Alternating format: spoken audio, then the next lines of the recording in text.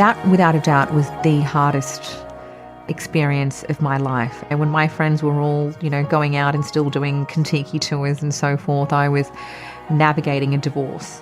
Both families were incredibly against it. It was really hard to stand my own. And I remember being at a work function and a friend saying to me, but you've got to do it because life is short. And I said, no, actually, when you're unhappy, life is really long.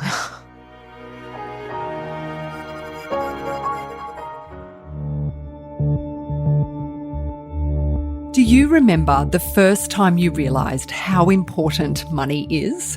When you learned it really does make the world go round? For entrepreneur Shivani Gopal, this happened at a young age. Every Sunday night, she would watch a masterclass in small business unfold at her very kitchen table, watching her mum and her aunties count the takings from their weekly Tupperware club. And watching this unfold every week got the cogs turning in young Shivani's mind. So she started setting financial goals for herself. While her friends were thinking about how to pass their English exams, Shivani was planning to buy her first home. But then, something unexpected. Her goals were within reach, but she would have to put up an almighty fight to stay on track. Shivani, welcome to Curveball. Hi, Kelly. Thanks for having me. The women in your family were no strangers to making their own cash. What were Sundays like at your place when you were growing up? Oh, look, Sundays were full of fun. They were my favourite days because I got to eat lots of incredible food, anything from samosas to pavlovas to cheesecakes. It was all on the menu. And all of my favourite aunties came over. They brought their children, so it was a big play date for me. But at the same time, in the background, I got to see, as you said, a masterclass in small business because my mum would gather everyone round as the matriarch or the lead entrepreneur of this Tupperware club, and she would sell her wares. She would sell. It was actually we say Tupperware now for resonance, but it was actually Besma pots. So those orange pots, those non-stick pots that are still around today, mind you, I still have them. Mum would sell them to her, friends and family and all the other aunties that would come over. And as they would munch on samosas and eat pavlovas, she would sell. And I would watch something really interesting happen. I would see my mum in action, standing in all her glory and unashamedly selling her wares, and so therefore putting herself forward and advocating for herself. So I learned very early on that if you could express yourself well, you would be rewarded.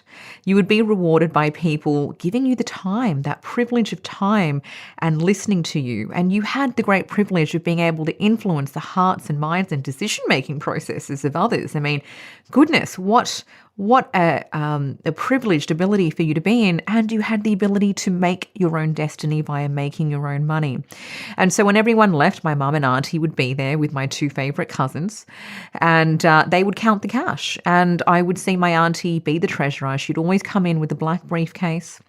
She'd always have a notebook. She'd count the cash. I remember seeing her fingers turn over, and I loved just watching that. And so I eventually became a teller in a bank, and I was very excited to learn how to count money in that way. And she would record it all. And so really important messages for me, not just that you can advocate for yourself, you can make your own money. There's no shame in being, an entrepreneur of sorts before I even knew what that name meant or even sounded like. But that women carried the black briefcases, punched the numbers in the calculators, counted the cash, was responsible for the cash. We were the treasurers, and that became my normal. And it meant for me as well, Kelly, that talking about money and activating for more cash and hustling was a really good thing to do. It was a really fun thing to do. It was a social thing to do. So it took away a lot of that shame and stigma that I think we're brought up with today. Was it unusual given your cultural heritage? You've lived in Australia your whole life, but your parents are Fijian-Indian. What kind of cultural message was there around women and money for you? I think my mum was a real outlier, and she still is a real outlier, because culturally our roles and our value comes from the nurture, the care, the support, the kindness, all of that beautiful soft stuff that we can offer others. It doesn't come from us being the enablers, the activators, the hustlers of our own destiny, the creators of our own destiny, and finding, new and interesting ways to make money. So my mum was definitely an outlier, and I didn't know that she was an outlier. To me, when you see your mum doing these sorts of things every Sunday, it's just normal. And then, she's a role model, so you go out and copy her, right? So, I had lots of little clubs in school. I had the finger licking good club, because we had special permissions from our high school to go out and get KFC and sell it to our high school peers, and I had all sorts of little clubs, and no doubt that was because of my mum. But the messages otherwise were in our community that women should serve others, should be nice to others. We need to be great domestically, and our value comes from kindness rather than anything else. And I really think that is so incredibly limiting. And the reason it's limiting is because that is the message that we're told with a full stop. Now, all of this, of course, is set in an unusual background for you yourself, growing up in a very white, middle-class, northern Sydney background. How difficult was it for you to carve a path that said, I'm the master of my destiny? Was that difficult as a teenager? Yes and no. I think I was primed to become the woman that I am today through my experiences, and I became a crusader of the rights of women and girls. Because, whilst my mum was a real outlier, I had, many people from our society very helpfully tell me that girls shouldn't be as boisterous and talkative and talk back as much as I do. We need to be in the sidelines a little bit more. I shouldn't talk that way, sit this way. But I very quickly started asking, well, if boys could do it, why couldn't girls? And so I took a lot of pride and a lot of confidence in talking back and yielding reason to something that just seemed incredibly illogical. And so that became part of my personality. The interesting thing, Kelly, that you mentioned was that I did grow up in a very white area. It was the northwest of Sydney, so Winston Hills and Castle Hill, sort of that area. And back then there weren't a lot of brown people. In fact, I was only one of 4 people who were of South Asian descent. And so there's a real, minority level of that. And so as a result, us 4 girls usually used to stick together. And you find that usually happens when, there is such few people that you see your likeness in. You tend to find comfort in the similarities that you have. But at the same time, I always, even as a little girl, was incredibly future focused and really wanted to create an outcome. And so I didn't see my lack of, whiteness as something that would hold me back. If anything, I saw my differentiators as something that could really highlight me. And whilst that gave me a lot of energy, a lot of enthusiasm, and a lot of ambition, it really enabled me to break down barriers, to ask for more at every turn, whether it was in my career or negotiating my salary or, in high school, just not being happy with how I performed at a test and asking for another go. And, whatever it was, well, if I can try to talk my way around it, let's just see what happens, right?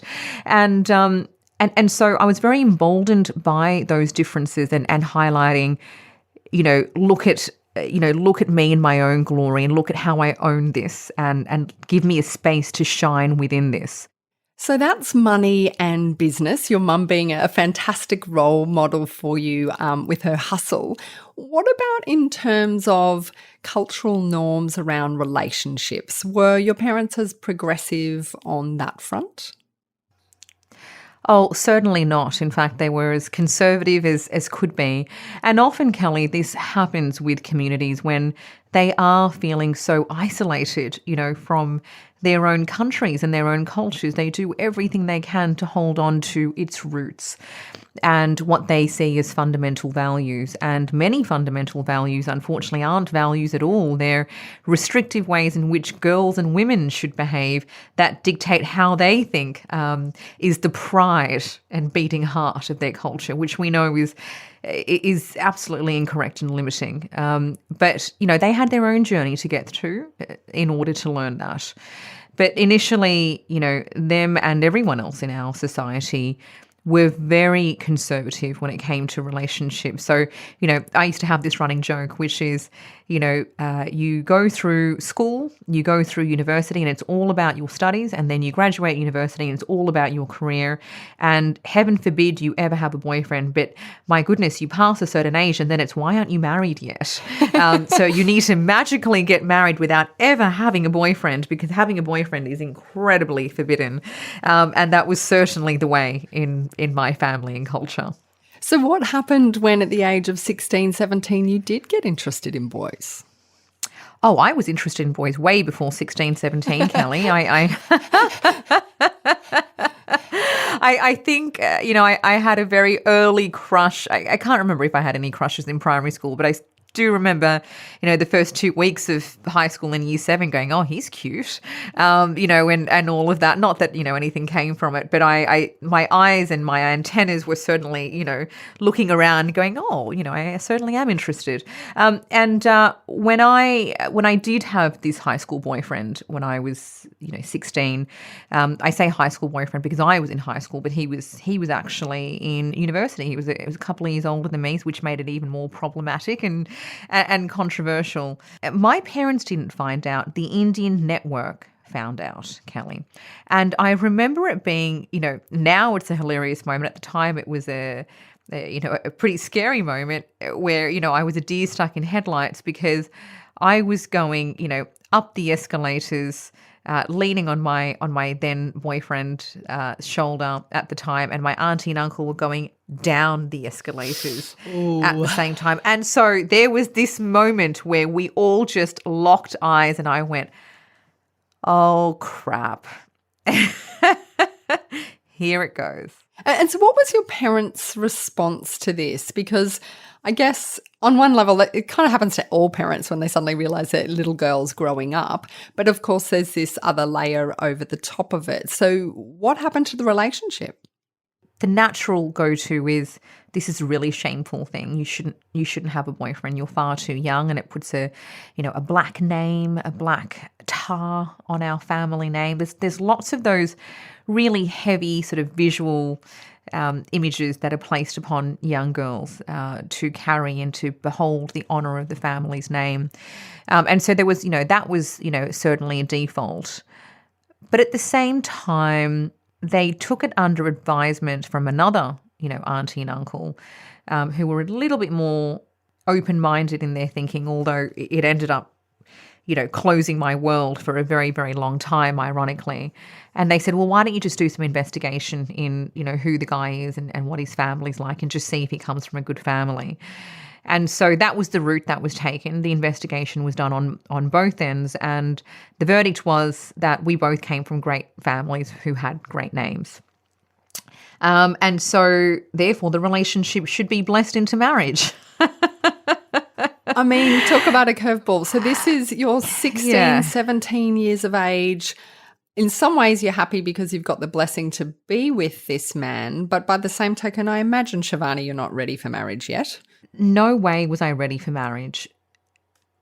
At the same time, Kelly, indoctrination and the force of people-pleasing and just wanting to live up to the expectations of your family and, what you think your culture expects of you, and to no longer be seen as the black sheep, the naughty girl who's running around with a boyfriend. These are really powerful sources of behavioral management, right? And so no way was I ready for marriage, but as I think we've already established, I was always a forward thinker and very mature in many ways. So even as a 16-year-old, I had a 10-year plan already. I had a financial plan. Lo and behold, I ended up becoming a financial advisor. But I also knew what I wanted to do financially and how I wanted to save. I was already at 16, putting money away in different envelopes, like the Barefoot Investor ended up telling us 10 years later. And so, in some ways I was very mature and very ready, one would say. But overall, no way could I have known how ready I was. And you try to pander up to society's expectations of you. And so whilst I was certainly nervous, and it went against so many of my plans, and it wasn't something that I wanted to do, and I wanted to go to university and I wanted to buy a house first before I got married. At the same time, I was synthesizing my own happiness, and I didn't realize I was doing that at the time. But I was synthesizing my own happiness by saying, well, you're really lucky because you get to marry your boyfriend and he's a great guy. And, my parents' generation, an arranged marriage is an arranged marriage in the sense where you meet them at the altar, at the mandap is what we call an altar in Hindi. And that's where you meet. And so certainly, mine wasn't an arranged marriage in any nexus of that sense. And he was lovely, and I finally had my parents' blessing. I wasn't that black sheep anymore. And there was a lot of weight lifted off my shoulders in the sense that I didn't have to creep around their backs, because you do love your parents with everything that you have, right? And so you don't want to be that person that is going out and lying every time. You don't realize how heavy that is on your mind until you stop lying and stop living, a variation of a dual life. So there was a lot going on for me that really dictated my behavior and my decision making at that point in time. And unfortunately, that wanting to people please, really sucked me in, unfortunately, to some really, awful experiences of being a diminished daughter-in-law and trying to be the best daughter-in-law that I could be, as opposed to fulfilling my own destiny and, just trying to be the best me that I could be. And, surely that should be enough. Because in any relationship, even in 2023, there are still roles, unfortunately or fortunately, that men and women tend to play, even in the most progressive of cultures. But for you, there is this, I imagine, this underlying or undertone of subservience in what is considered a traditional relationship. How did you cope with that? It was like a roller coaster, or if anything, think about a heart monitor and it just goes up and down, up and down. That was me very much, because you can't hide who you are. You can try, but you can't hide who you are for too long. It comes out in any way. It just bursts out in different variations. And I am not a subservient person. My personality archetype is very much someone who does possess a lot of leadership traits. And I say that really openly, Kelly, because I think it's so important that we women own our own strengths and brilliance. And this is who I am. And so I really did try to fold myself into the subservient mode, especially when that whole martyrdom, subservience was so applauded, in that family. Oh, have you met such and such as daughter-in-law? Oh, she's amazing. She has really suffered in her life, but she just keeps going.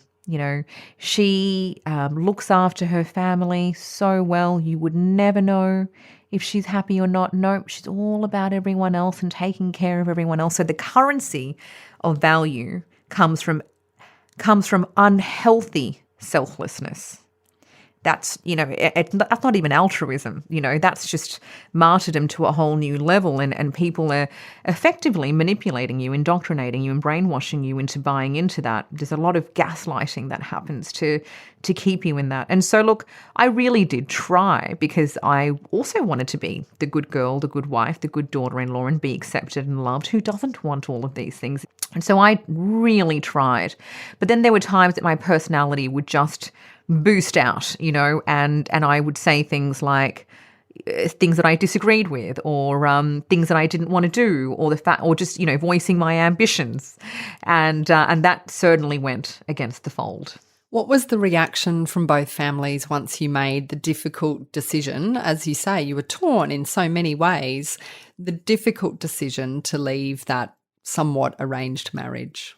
Yeah, that without a doubt was the hardest experience of my life. And I had it at a very young age. When my friends were all, going out and still doing Contiki tours and so forth, I was navigating a divorce. And both families were incredibly against it. And it's also because back then, I think we know a lot now about the power of happiness and the importance of having a healthy relationship and the different things that make up a healthy relationship. Whereas back then, divorce in my culture was an absolute no-no. And if you did do it, it was for really hard-lined reasons. So, physical abuse or adultery, right? They were really the only two acceptable reasons. And in which case, your family would support you, and they'd also want it to be known across all of the society, so you're sort of validated and all of that. Whereas in my case, I was, divorcing someone who was known as a really sweet, really good guy who, mind you, didn't want to get divorced. It was me who was the agitator for it, and who came from a great family, whilst I was bitterly unhappy. And I felt as though I had been diminished, in this family relationship by, helpfully constantly being told to mute myself, to play smaller and to, abide by family lines and to do a hell of a lot of cooking and cleaning, which is just really, cooking, by the way, I actually love doing, but cleaning, is not my thing. And really don't enjoy it. Yeah, they were both really against it. There was lots of family meetings, lots of surprise visits from, his family to try to change my mind, a lot of emotional blackmail, and a lot of power maneuvering as well. Things that, then later turned into what I would call emotional abuse. And it was really hard to stand my own. And I just remember a few things. I remember being at a work function and a friend saying to me, oh, but you've got to do it because life is short. I said, no, actually, when you're unhappy, life is really long.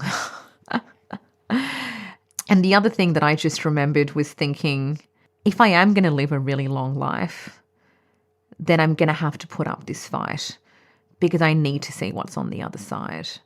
And so those two things kept me going and kept me pushing against everyone and against all odds till I finally got that divorce. And in amongst all of this, Shivani, you're not just dealing with this, but you're also studying, you're trying to get your degree. How important was it that you had that background, that focus, and perhaps that safety net? It really was a safety net, Kelly. It's a great term to use. It was my saviour and it gave me purpose and something to look forward to.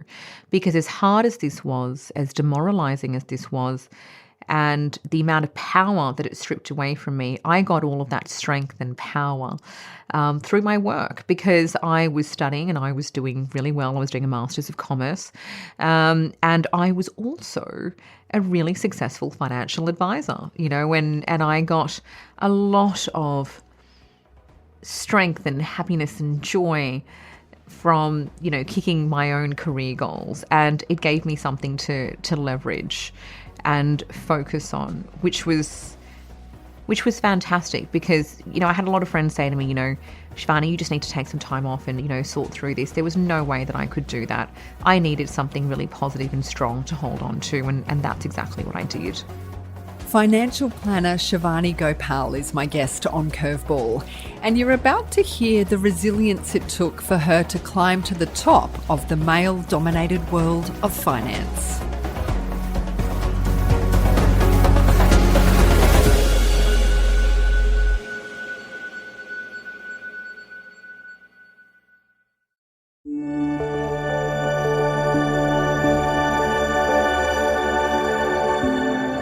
Shivani Gopal was ready to follow her ambitions as she emerged from a dark period of her life, dominated by what men wanted.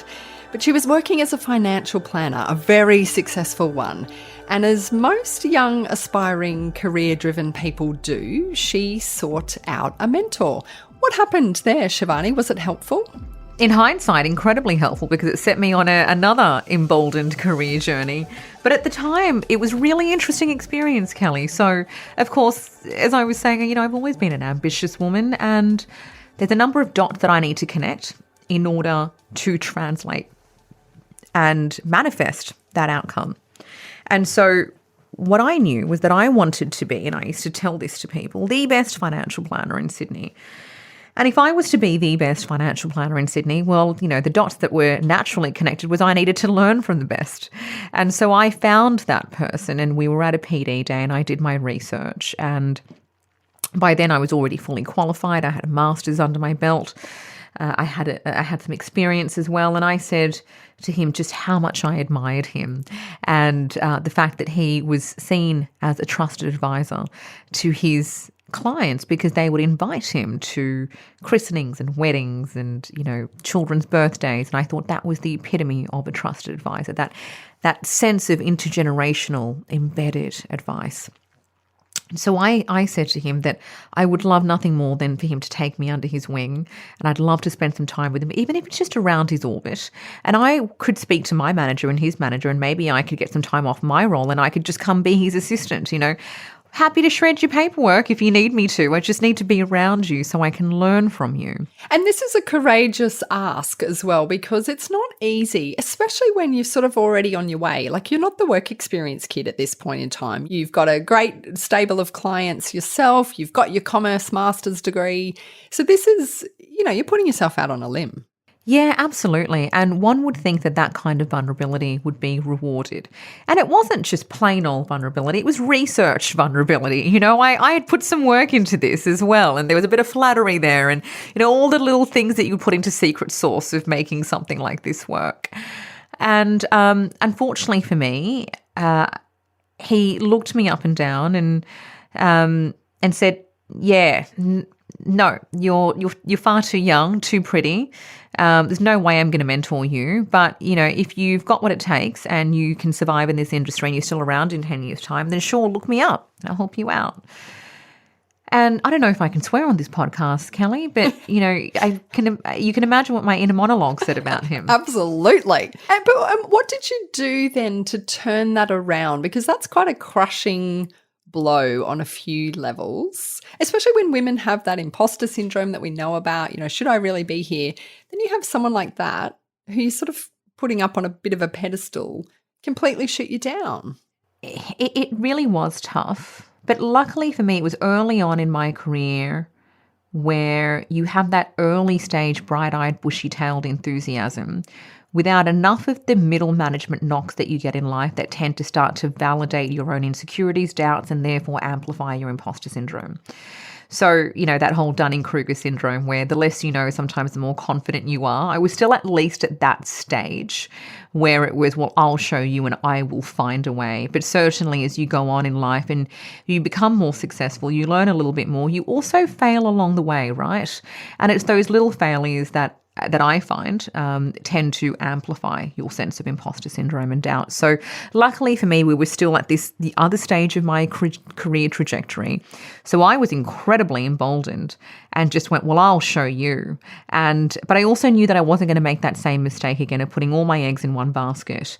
Your antennas have got to be really up. You've really got to be incisive around observing what it takes to succeed and observing the character traits of people who are incredibly successful. And so I started doing that, and I realized that people who were really successful were incredibly self-aware, incredibly confident, whether it was a ease of magnetism, whether it was charm, whether it was, overt confidence. They had a version of confidence that really worked for them. And they leveraged from their own self-awareness so that nothing else knocked them. They had incredible amounts of not just industry knowledge, but they were really learned and wise about the world across many things. And they also knew lots, about money over and above, just traditional financial advice. And so it was then that I started to go, okay, you have got to continue learning personally, professionally, and financially, because your degree is actually just hygiene. Your degree just opened the door, and it's something that looks really pretty on your business card, but that's all it's going to get you. You must keep investing in yourself and your journey of lifelong learning. And so that's what I started to do. I started to read really widely. I started to continually learn in those three areas. And I also built myself a Rolodex of mentors. And so what I would do, Kelly, is I had to have a sheet of paper and it'd be printed on my desk. And I'd start from the top because it would have their name, their email address, and their phone number. And so I would, ask one person something. And then if I had another question, I'd move down the line and down the line and down the line. So no one ever knew that I was getting mentoring from them. And I started to use this model of having a Rolodex of mentors. Now, this model is very rarely done because mentoring has a beautiful relationship once you find the right one. And people tend to stick to their own mentors. But let me tell you, the secret is in having a diversity of mentors, like your own advisory board. I know because I've been there and I've seen the success of that.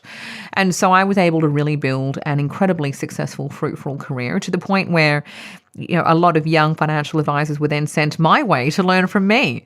And, because they were told, oh, you've got to go follow Shivani's model. The way that Shivani does it is the way. And so I would then go out and teach and mentor. But I did that through those two things. And, eventually I ended up creating an entire business model out of it. Which is incredible, and what so many new businesses or business startups, they kind of come out of these unexpected moments where you just start mentoring some other women yourself, and then the next thing you turn around and go, I got too many people to mentor here. So how did you first start The Remarkable Woman, which then, of course, turned into Elidex, your company at the moment? It really was that, Kelly. I was mentoring so many women that I just couldn't take on anymore. And it would really break my heart when I couldn't take on anymore or I couldn't give enough time to someone because I knew what it was like to be rejected for mentoring and I knew how hungry I was for information. One of my mentors used to call me a sponge. She said, Shivani, I give you one thing and you soak it all up and then you come right back in for more. And I really would because I was so invested in this wonderful future that I was buying into and that I was activating for myself.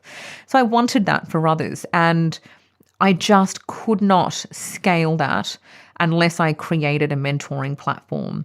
And so I knew that I needed to start to build the technology and bring together, by then, my own trusted mentors to do the same as I was doing and to pay it forward. And so that's how The Remarkable Woman really started. We started as a mentoring platform. And then I started piecing more things together. I started speaking to more and more mentors and saying, well, what are your challenges?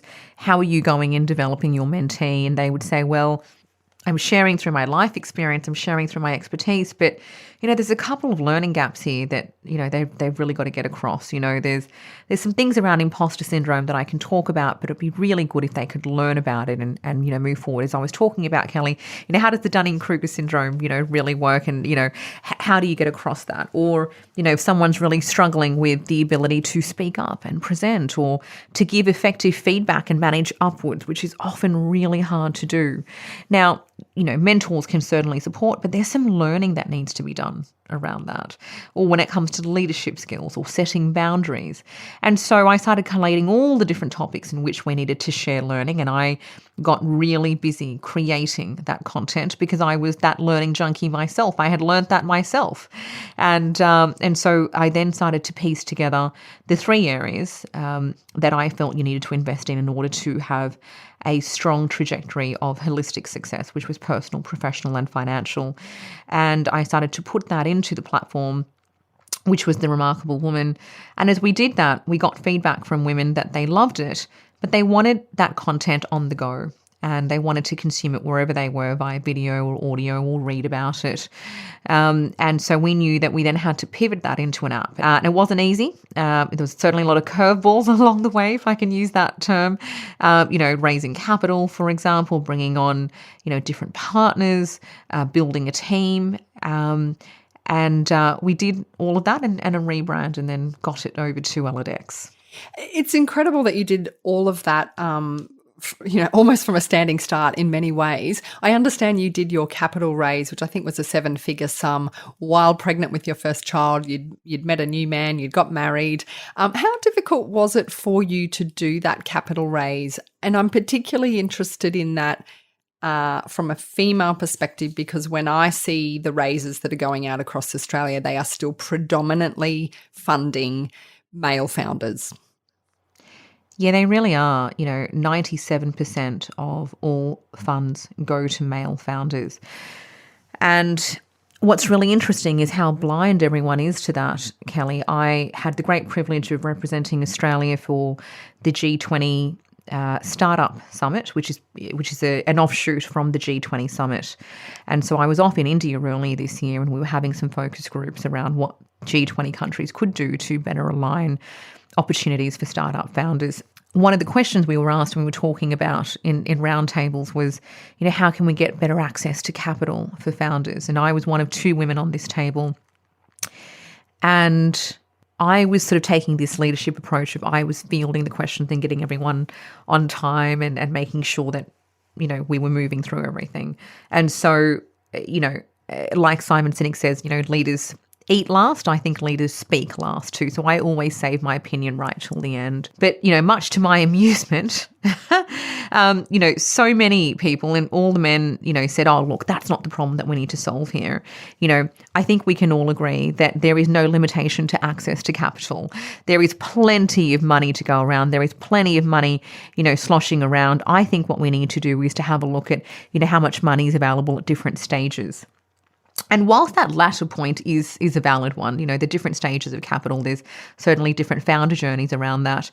I remember when we got to me and I said, it's really interesting perspective. Did you know that women only get 3% of the world's capital? And it is so hard for us to get access to that capital. So I cannot disagree with you more. I cannot tell you how hard it is to get access to capital, to get the introduction, to even get into that VC room, to be taken seriously, to even go to a due diligence stage to get the money. It is so darn hard.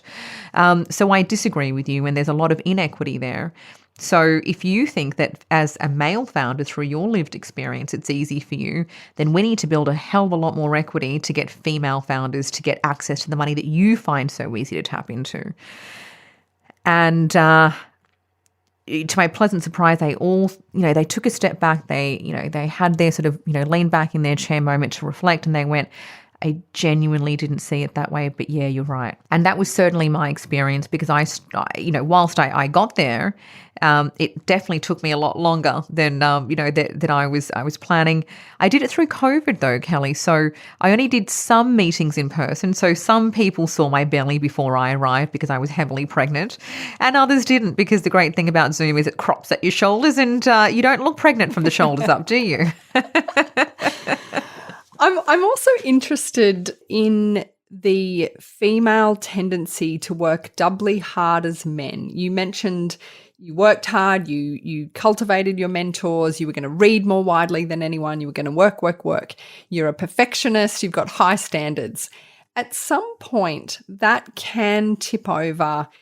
There's a definite benefit to that, but there's also a shadow, exhaustion.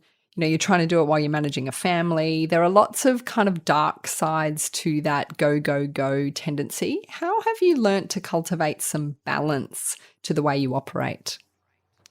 Yeah, balance is a really interesting word. And I think when we say balance, we tend to think of balance in its purest form, 50-50. And I don't think we live in a world where that kind of balance is possible. I think the kind of balance that we need to aim for is the kind of balance that works for us. What kind of effort do I need to put in order to yield a certain outcome? And how much is enough? Because you're very right, Kelly, you don't want to overexert yourself, because the minute you do, your level of exceptional, of going above and beyond, of putting in 120% when everyone else is putting in 100, that doesn't become exceptional anymore. That becomes the standard. And so if you don't perform at that level constantly, it's like you've dropped the ball. It's like you've taken a step back, whereas everyone else is just performing at their optimal, 85% running speed or 100% running speed if they go to that level. And so it is really important that you set boundaries for yourself, and you help your leaders and your peers adhere to those boundaries. And you do that by articulation. You do that by talking about the kind of hours that you're going to work, the kind of work ethic and passion that you have, and what expectations can be made of you, but also what you do to be your best self. And I think validating that by saying, when I'm at my best, this is how I perform. In order for me to be at my best, I also need a certain amount of sleep, a certain amount of sunshine, a certain amount of socialization, a certain amount of time with my family. And that all comes back down to self-awareness and confidence in yourself. And that is something that you must do and advocate for yourself. Otherwise, you do fall down that trap of, it's 120% or nothing, and you do start to burn out, and you absolutely will. The other thing, though, is that when you're self-employed, I tend to find that the reality, and I don't like to gloss this because I think it's so important that we're honest about, what the early stages of self-employment can look like. If you think that you're going to launch a business or even a project within the business and you're going to need a certain amount of effort, and let's quantify that effort by saying it's 100% of effort that's going to go into this one thing, top that by 20 or 40%. You're going to need 120, 140% to pull off that project or pull off that business.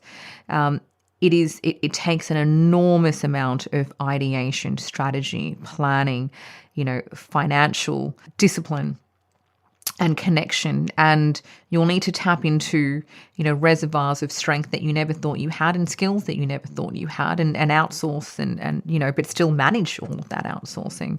So all of that happens and it does tend to tip over your balance. But what about when you're a person, like you, very driven, very ambitious, you're running this incredible new company, Eladex is going really well, you can see a million opportunities, right? And you're torn between, am I going to let those opportunities that I can see slip between my fingers because I just need to conserve a bit of energy versus I've got to run at everything super hard now because now's the window. How do you reconcile those things? It's an order of prioritization, and it's an order of knowing which ones will yield you the right outcomes, because simply you can't go chasing every single opportunity. As much as you want to, you will burn out. And so you've got to whittle it down by, and I use an ICE method. We teach this in the Eladex app. And this isn't just for, people who are self-employed. There are people who have so many ideas and it's which one do I execute, right? So use the ICE method. And the ICE method is which one is going to give you the greatest impact towards your goals. The C of the ICE is how confident am I that I can actually achieve that impact? Because, there could be this, three-legged cat opportunity that you get, but actually pulling that off could be a 1 in a million, right? So are you going to do that? And the third thing is, what is the ease of execution? Now, if the ease of execution is really easy, it's a no-brainer. If the ease of execution is hard, but you've got a relatively high confidence that you can pull it off and it's super impactful, then you do that, but maybe you're not going to do the other two things. And so if you give everything a rating out of 10, it's a really logical, strategic way to whittle down those ideas, because you've got to take away the FOMO. You've got to take away the guilt. You've got to own the fact that you're human. Yeah, you could chase all these opportunities, but you're not going to do them all justice. So how do you feel okay about the fact and not, start amplifying your imposter syndrome and start, all this horrible negative self-talk? Oh, look at you, Shivani, saying no to all these things. Look at you being lazy and, just chilling out, on the couch or going to see your friends when you should be working, all of that back chat that's happening for you that is unhelpful, that negative imposter in you. You've got to, a great way to serve that is to go, no, I've looked into this. I've devalidated it, or I've validated it, and I've made a conscious choice that I'm only going to pursue these three things. And then all of a sudden you're in control again. You're in the driver's seat and you feel really good about those decisions. The other question I have for you is really around one of the things that you teach with Eladex and some of the things that women come to you for help on is knowing their worth, trying to close the gender pay gap, and being able to confidently have conversations within their organisation around their worth, around their pay level, the projects they're being given, etc. But of course, you come from a finance background where business outcomes are concrete, and you can't always go in with an emotive or an impassionate argument without the kind of the backing there. So how do you teach women, to put those two things together? Yeah, it's It's a real imperative one, because otherwise you tend to find that you are in your manager's office and you end up leading with the emotive. I love this company, I love the work that I do, and I really, really think I deserve a pay rise because I work really, really hard. And all of a sudden you're almost pleading for this pay rise rather than proving that you were absolutely worth it. And so the way that you do it is you've got to work within the confines of the way that a business works, which is all about the commercials. So, we have some great training on how to renegotiate your salary. And let me tell you, Kelly, we've got an outcomes of between $5,000 a year and $80,000 a year in increases for people. It's absolutely mind-blowing. Over the last 4 years, using this method, we have added to the pay packets of women by over $1.25 million collectively. That's not their total salary. That's just the additions that we won for them. But it's about timing it, monetizing it, and valuing it. You've got to go in and you've got to carve out the right time to have this conversation. You never try to catch your manager on the hop, through the hallway and say, hey, I really want to talk to you about something. You've got to set the meeting and you've got to set the expectations. You've got to tell them in the agenda invite, I would like to have a meeting with you to discuss my future opportunities in this company and to review my salary. As of, the new financial year. Let them know it. Don't catch them by surprise. Let them be prepared, because you need the answers. You need any objections that may come your way so that you can work within that. You've got to know what you're dealing with here. And then you've got to talk about the amount of time that you're saving the company, the amount of value you're adding for the company, and monetize that and add it all up. And that's going to give you something really valuable. And then you're going to float something that you think is really reasonable. You may be adding $100,000 in extra value to the company every year, but you're not asking for $100,000. You're asking for a $40,000 pay rise, which sounds like a 60% discount. Love that. That's great. Yeah, there's so much that can be done with this when you do this well. But if you lead with strategy rather than emotion, then you can end with the emotive part by then saying, and it's not just the money. I really do love working here and I love contributing to this company, and I would like to be in a position to continue to do so whilst being valued for the work that I do. And now see how you've turned the emotive around to be a strength. So use it at the end, not at the front. It's wonderful to see what you've done with Eladex and changing so many women's lives. Just finally, we do find you today pregnant with your second child. Congratulations. Tell me about meeting your new husband and the life that you have on the home front now. Yeah, my husband Ashley is such a breath of fresh air, and really came into my life after a really dark window. And, one of the early things that, after being so battered down and, pushed into this box of subservience, one of the very early things he used to say to me was, but what would make you happy, Shivani? And he used to keep saying to me, Shivani, who's the most important person in the world? And I would say, oh, it's my parents, it's this person, it's this person, it's this person, it's all the people that I love.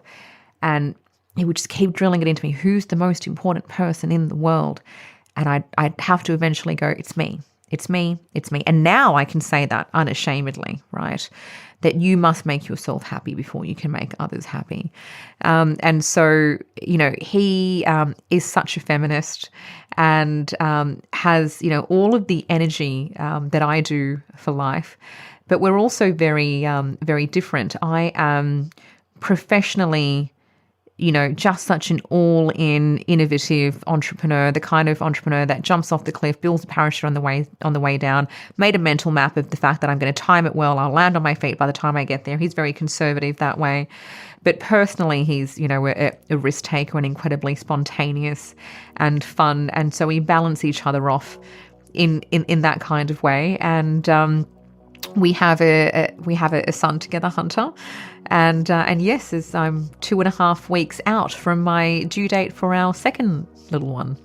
Well, I wish you all the best as your family grows and your company grows alongside it. Thank you for joining me on Curveball. Thank you so much for having me, Kelly. It's been a ball. Shivani Gopal, businesswoman, entrepreneur, and CEO of Eladex, an app which helps women further their career. Curveball's produced by Dead Set Studios. And don't forget to follow Curveball in whichever podcast app you use. That way you won't miss an episode. And look, if you haven't heard our recent interview with best-selling author Trent Dalton, definitely go back and listen. His entire childhood living amongst criminals in a housing commission on the outskirts of Brisbane really fueled his ability to notice the small things, to find joy in little details. And it's exactly this ability that led to his stellar journalism career. I see my whole years from like about 8 to 18 as one big 10-year curveball. We were raised by this guy I loved who was this heroin dealer, and he went away for 10 years, and I really miss that guy. And my mum just went through some real heavy shit that she has wonderfully, in the subsequent years, pulled herself out of. I'm talking about a 40-year-long curveball the other way.